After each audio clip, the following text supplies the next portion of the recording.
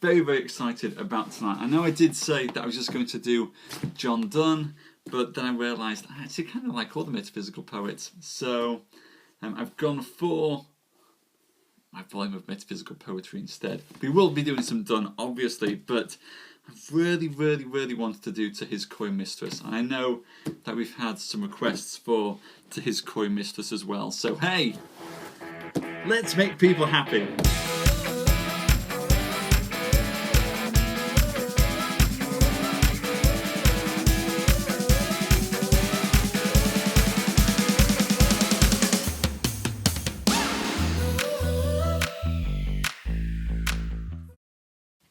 The sun rising. Busy old fool, unruly sun, why dost thou thus through windows and through curtains call on us? Must to thy motions lover's season run? Saucy pedantic wretch, go chide late schoolboys and sour prentices. Go tell court huntsmen that the king will ride. Call country ants to harvest offices. Love all alike, no season knows, nor clime, nor hours, days, months, which are the rags of time. Thy beams, so reverend and strong, why shouldst thou think I could eclipse and cloud them with a wink? But that I would not lose her sight so long. If her eyes have not blinded thine, look, and tomorrow late tell me whether both the Indias of spice and mine be where thou left'st them, or lie here with me. Ask for those kings whom thou saw'st yesterday, and thou shalt hear all here in one bed lay. She is all states and all princes, I nothing else is. Princes do but players, compared to this, all honours mimic, all wealth alchemy. Thou, son, art half as happy as we, in that the world's contracted thus. Thine age ask ease, and since thy duties be to warm the world, that's done in warming us. Since here to us, and thou art everywhere, this bed thy centre is, these walls thy sphere. And that's easily in my top 10 poems ever written in the English language.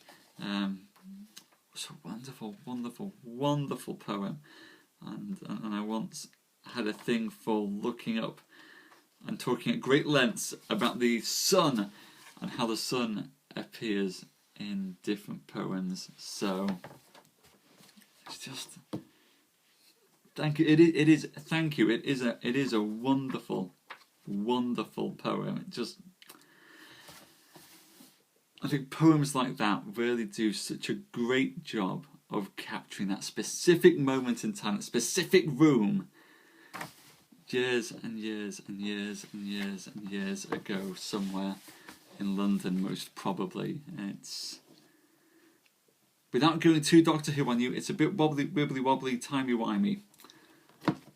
I don't know any Turkish poets, actually. No, I don't. Tell you what though, if you pop onto Twitter and message me or direct message me, whatever, some Turkish poets, I'd be more than happy to get into some Turkish poetry and to read them. I don't dream poems. When I dream, what do I dream? Yeah, I tend to just have the recurring dream of the good old-fashioned one where you're on stage performing in something and you've forgotten your lines. That one tends to be my dream. It's when I wake up. Hello, Gumsby. Hello. Are you a Gumsby or are you a Grimsby? I'm a Grimsby, so that's why I ask. But absolutely, Jess, absolutely.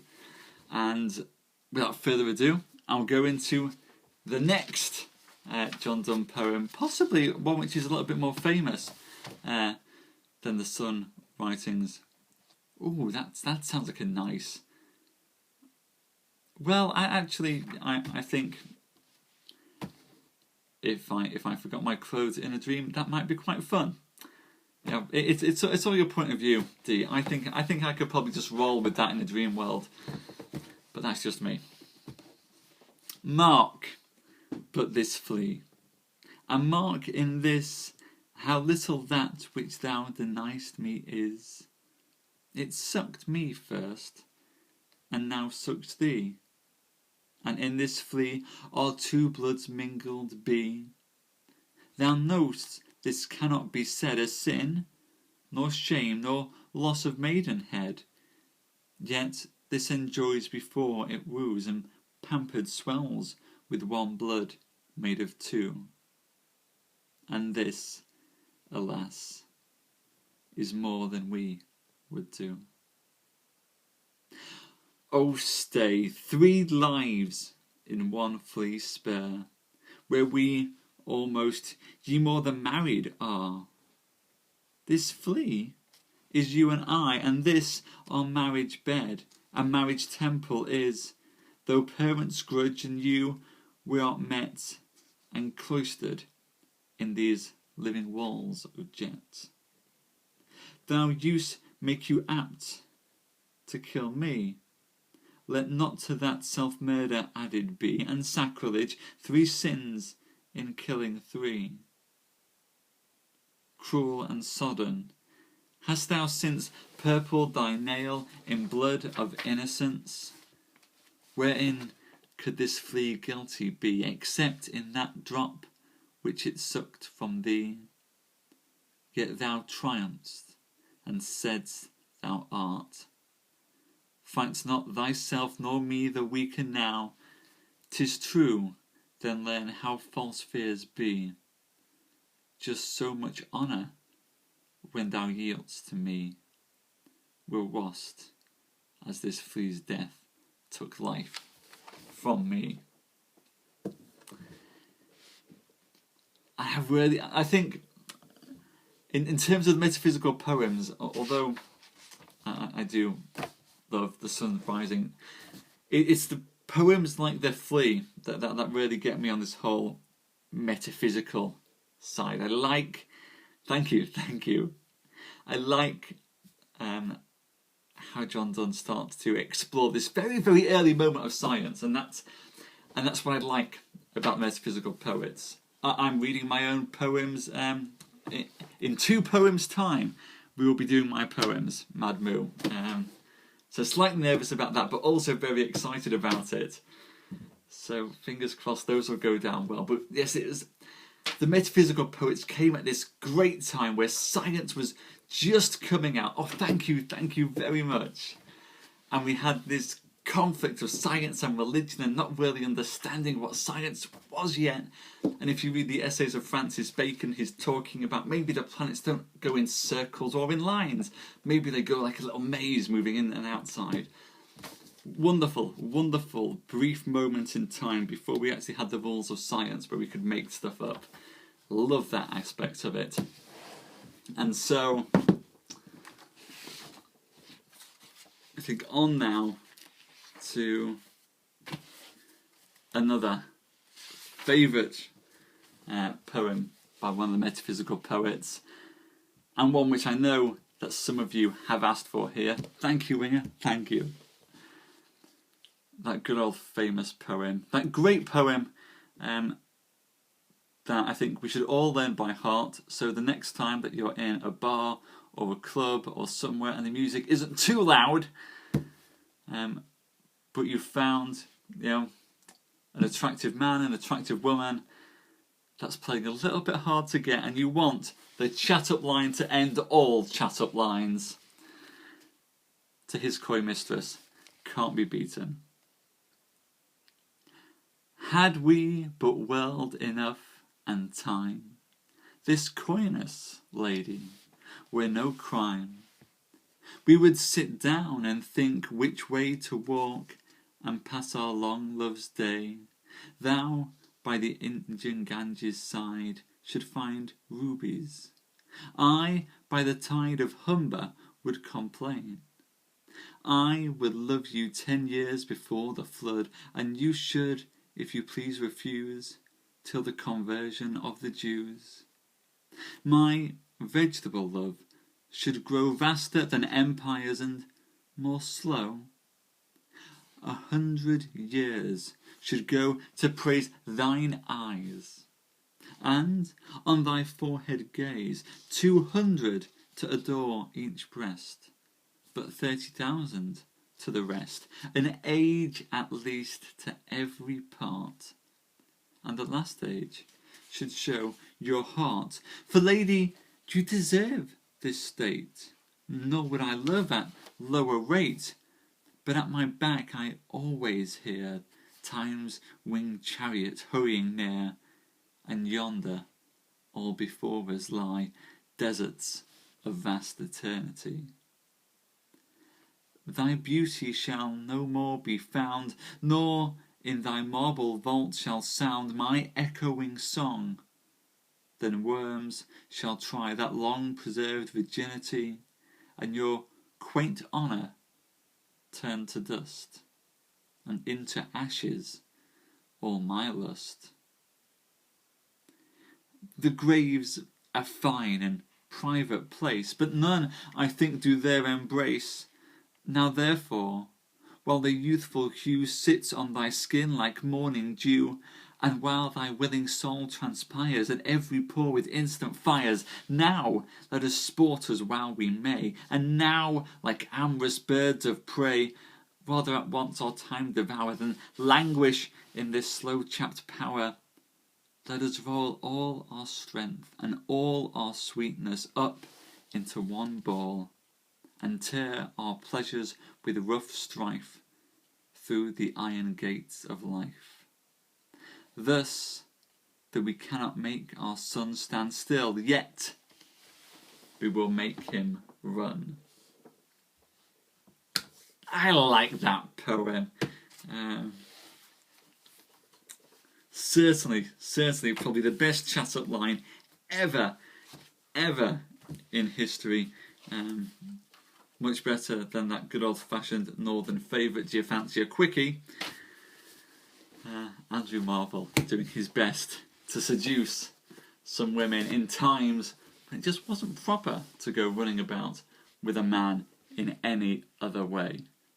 So hopefully you enjoyed that. Hi Darren, hi, thank you for joining us. We're now going to get into that scary part of tonight. Winger's already done this on Periscope, Darren's already done this on Periscope. They've both come along and read their own work in front of your audience, so please do be kind, do give hearts, do share, because I'm about to do 3 poems by me. Now I should warn you, I've just noticed that Twitter's done that tricky little thing that it sometimes does, where it takes your comments away from the screen. But I will catch your comments. I do watch these things through on replay, and I will read the comments there. And I will, of course, see the hearts showing up. So please do keep sending those. If you like the poems. If you don't like the poems, don't send hearts. Throw custard pies or something. But without further ado, I'm going to open with a Petrarchan sonnet called Transonic Acceleration. I'm reading this from the laptop. If I were up there, not the pilot, but the plane, a solid fuselage with wings to cut the air and lift me up above this town, rising on a corkscrew white smoke tail, I'd carry you away from this field at 50 meters per second towards a ceiling 30,000 meters off the ground through cloud cover, where we could lose all referential, all signs, and just be pilot you and airplane me. one compressed transonic blur, weightless for a moment and free of the world before falling back, tumbling, air brake disengaged, pulling up in our final moments, tearing away. Yes, that's a Petrarchan sonnet called Transonic Acceleration, which is a long time coming, as it I guess it originated from when I was a little kid. I lived in Lincolnshire, which is where the RAF's acrobatic team, the Red Arrows, are based. The Red Arrows, for those of you in the States, are our version of the Blue Angels. And they're based in Lincolnshire. And so when in the run-up to airshow season, they used to do all their practice and training and flights overhead. So as a kid, I'd get free air shows.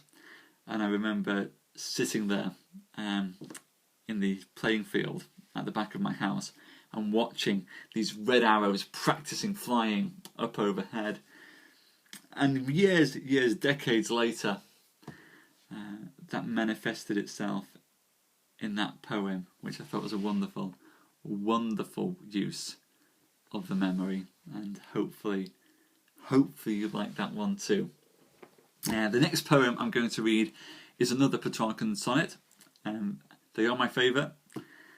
And this one is called Dancers. Can you remember her making us dance? Two bodies unfitting, stripping layers of paint. I never had the balance to strike attitude, effacé derrière. You were stooped in a bow. I, on the other hand, was mid-pirouette. We made for a clumsy battery. I broke your nose. That I regret. Do you remember how it felt to dance through a rond de jambe tonnante, arabesque, allegro, avant? And now we're in a draw, facing front. Those things I would forget for one last dance, high on a windowsill with you. I like that poem. That was a very sad poem at the time when I wrote it, and it still is a little bit of a sad poem. You can probably guess the mental place where that one came from, but the imagery in there came when I was researching Pripyat for a story, and I came across a photograph someone had taken of two toy ballerina dancers, a male and a female, that had fallen in one of the apartments there and were looking a bit broken. And I really wanted to write a poem about these two toys that are a bit clumsy and don't quite fit together, and that don't get played with anymore. And that's where dancers came from, and I like that. Hopefully you like that one as well. I'm sure you do. I'm going to go on to the final poem of this evening now, which is on a bit of a happier note. Well, not so a happier note, but it's not a Petrarchan sonnet. This one's free form. This is actually a poem that I wrote specifically so it could be read aloud as a bit of a performance piece. It's called My Accent, and for those of you popping on, Francis, when you watch this on replay, you'll probably know where this has come from. I've moved around a fair bit over the years. My accent has a habit of changing, and this is the poem that I wrote about my changing accent. I was not upset the 99th time my accent slipped out my jaw. I took stock with my tongue and probed my mouth, exploring the phonetic landscape, tested the dental T and interdental th, pressed My lips, for bilabial P's and B's, formed a rounded Q, as if for a kiss. These infidelities had become routine. My accent has left in the middle of films on karaoke nights and whilst abroad, and every leaving is a theft. Gone memories, songs, old friends' names. Things I can't remember now. So, having taken stock of the sounds in my mouth, I whispered again those times and names and places I should have known. That night my tongue caught on you, the blonde, suddenly nameless, with just the memory of a red handkerchief to stand you out. In a few years' time, even that won't be left. And would you ever recognise me? So there we have it. That's my accent. As I say, my accent has changed repeatedly over the years. It has a habit of acclimatising very, very quickly where I am. And that memory that the poem ended on was from when I was a kid and I was at space camp, where I went from having a northern accent to an American accent in the space of 4 days, which is a pretty heavy shift. Very, very quick to change. I was surrounded by guys from American air bases at the time who were there for camp, and yes, my accent changed very, very quickly, and it changed back to Northern English about 2 weeks later. But within that memory, I do remember having a massive crush on a girl who was there at space camp. That I really can't remember her name now, but I know she had a red handkerchief in her hair, and she had this really, really old name, like Agnes or something. But yes, that name has gone now, when my accent changed back, and as these accents seem to change backwards and forwards, more and more memories seem to slip and slide out of there, which is a bit sad sometimes, but hopefully you like that. As I say, unfortunately, your comments kind of vanished midway through, but the hearts did keep coming, so thank you for sending those.